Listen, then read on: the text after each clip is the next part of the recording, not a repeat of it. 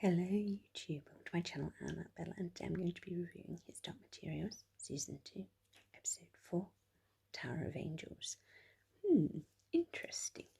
Well, what I can say is His Dark Materials Season 2 isn't jarring at all. I mean, it started off like The Lord of the Rings, only this time we've got the Swordbearer.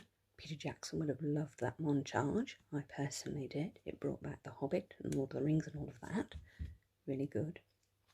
Also, C.S. Lewis would have enjoyed it, purely because we had lots of misogyny against women. Let's bomb the witches.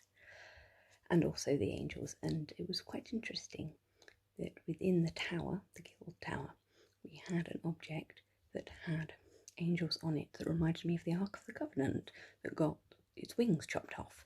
Very interesting in that fight. Mary Malone, absolutely love her as a character. She is a stabilising force for the whole thing. But what was really nice about this episode, it was definitely Will's story.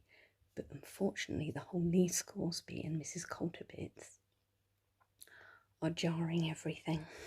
It's very difficult, and the stuff with the witches, it's very jarring because you're going from Lyra and Will's story, which is, I think, should be the main one that you follow. But all these other bits are making it very difficult. We've tied Mary in well with Lyra, and those two, I think, really should be the main ones. Mrs. Coulter's bit and Lee Scoresby is necessary, but incorporating them into the episodes is disrupting the main flow. That's just me. This is a masterwork. I mean, we're only dealing with physics and the meaning of life and universe and God and everything else that comes with that. What is going to be really interesting to see.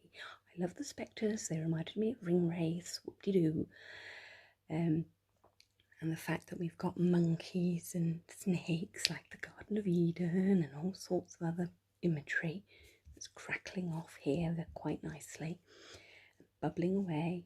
See, the shamanism is great and the witches is great. Visually it's stunning, it's absolutely stunning. But you put everything together and you stick Mary Malone in, she stands out like a sore thumb. It's a very complex piece. They're doing well, but it's jarring. Will's story was beautifully done. How he became the knife bearer and all of that. It's the main focus of this episode. Brilliantly done. And the fact that when he says to Lyra, I go first because you caused this, I fully respected that from him. Some people say, should have let Lyra. I'm like, no. Will's got to step up. And he was stepping up, and he stepped up beautifully. Absolutely wonderful. Really enjoyable. I'm going to give the episode out of 5 a 5 out of 5. Absolutely loved it. Very well done.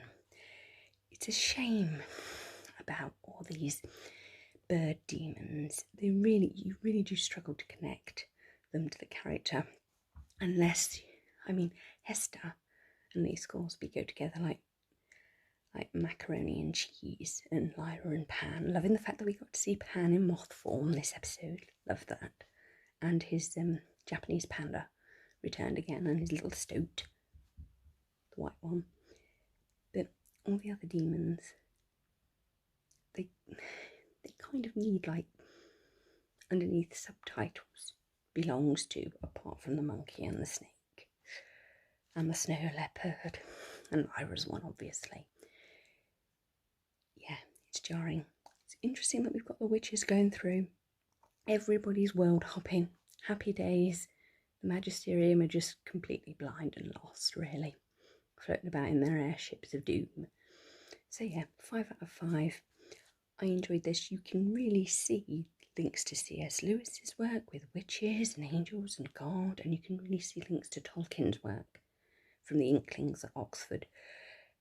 This Philip Pullman's work actually builds on theirs, and weirdly enough, it does actually build on Harry Potter, which is J.K. Rowling, not an Oxford graduate, but no disrespect because of that.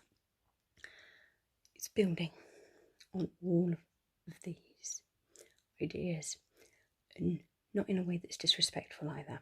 It's taking it, reforming it, reformulating it. And one thing that I found really interesting is what Lyra says about truth. truth is neither good nor bad, it just is. Simon stabs a cat. That is the truth of his behaviour. Horrific as it is, his behaviour is good or bad. The truth is, did he stab the cat or not? And that is neutral, which is really interesting. Anyway, I really enjoyed this episode. Yes, it was jarring. I thought that they did the knife bearer handover perfectly. Loved it. Please like, comment and subscribe. Thanks for the support. I'm really looking forward to episode 5. Hopefully, if they do this right, they should stop the jarring, because I like the way that they're slowly getting all the threads ready for the next bit. So it's very exciting. Very, very exciting. It's a shame that we lost the Lord Asriel episode, the 8th one, but I'm actually quite glad we did, because I don't really want to know any more about him, because he's in the same box as Mrs. Coulter. Complex villain. Mrs. Coulter is one of the best written female characters ever in literature, to be absolutely honest. Anyway, I've spoken enough. Thank you for the support. Bye.